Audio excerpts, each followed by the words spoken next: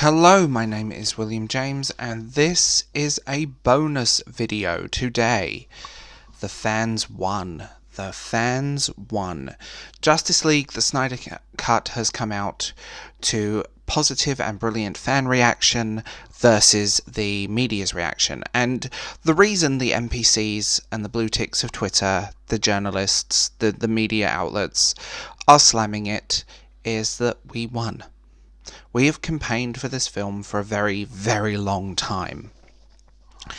And yes, I think some of the Joss Whedon footage is still in the final cut just because of the nature of the film. And I suppose that's also because of, there is a lot of story to tell, so some of the footage is going to be there. I adored it. It was brilliant. 4 hours of amazingness. And it felt like a natural successor to his film series, and I really hope Zack Snyder does Wonder Woman 3, because the last one wasn't great. But yeah, we won. And the media, the gatekeepers, the blue ticks, the SJWs of Twitter don't like it. And it's hilarious that they don't. I'm watching people just so upset over, oh my god, Zack Snyder is a horrible person because he trolled Elmo. Seriously.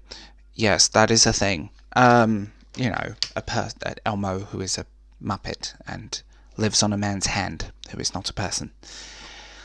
Zack Snyder is a great director. I love his work. Watchmen is one, if not my favourite superhero movie ever created, and I don't like the MCU, and I know I'm going to get crap for that one.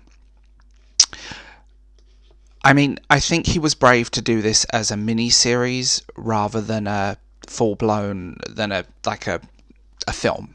I think you couldn't tell this story, and I feel like I keep hearing contradictory plans, so I take everything with a bit of salt, and I take everything with it being what it is, because we know what people are like. The rumour was that there was like maybe 2 films in the works, I don't know, but this is stunning. You actually get story arcs. The characters actually have story arcs. And you see that they all get a moment to shine. I think Ben Affleck has become my favourite Batman.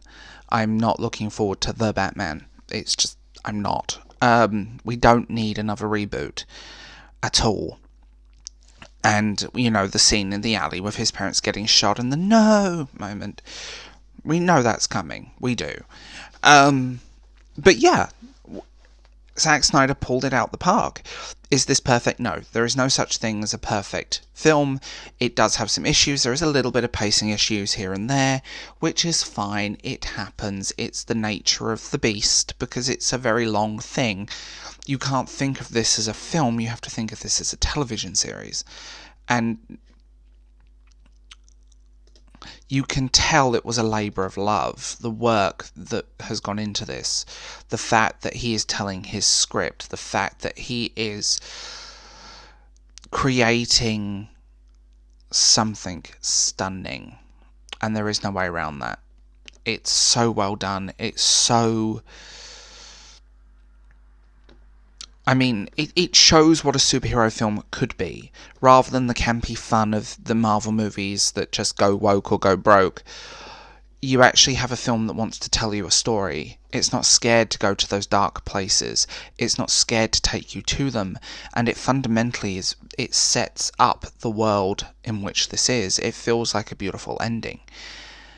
I am absolutely blown away by it, and if I review my review, I will say will not be fair, because I love it. And yes, I can find fault in it, but I do love it. One of my big things about the media reaction and the blue ticks and the sort of Twitter mob is that people actually listen to people on Twitter when they don't actually represent real moviegoers, readers, or anyone. They're like a 1%. They're the non-playable characters in Assassin's Creed that walk around Florence. They're just there to make noise, and it's hilarious. But yeah, I'm glad that we won. I'm glad that we got this, and I'm glad that it sets a precedent. Disney need to pay attention to this mess. Disney need to listen to what the fans want, because Disney now have the Alien license, and I am absolutely dreading it. I am dreading the Alien license, because they're going to ruin it. They are going to ruin the Alien franchise. And I mean, the last one wasn't great, but you know what I mean. And, I mean, as a creator, as a writer, as someone who loves this stuff, I do believe that the fans need to take back their media. And I think companies need to stop pandering to people who aren't interested in it, that aren't interested in the media they consume. And I mean, it's happening with comic books. I made a video on comic books pandering to an audience. If you are pandering to people who are not interested in the media you're consuming, they're making and trying to consume, why make it? Remember, there are fans. Remember, there are people that love this stuff, that enjoy it, that want this stuff. And listening to journalists, and never trust a journalist as far as you can throw them. I mean, look at the gaming journalists right now. Never trust them. And just remember that at the end of the day, the fans won. And I feel like I said, I think media outlets and studios and so on need to remember who the fans are. It's very simple, and I just find it hilarious that people are literally throwing their toys out the pram because they didn't get their way, and being told what we should like and what we shouldn't like, and what we should want and what we don't want, how we should react to a book, how we should react to the film, how we should do this.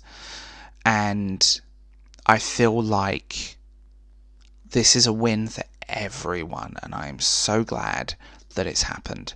And yes, it's epic. Yes, watch it, go enjoy it, and I will talk to you guys later. Bye.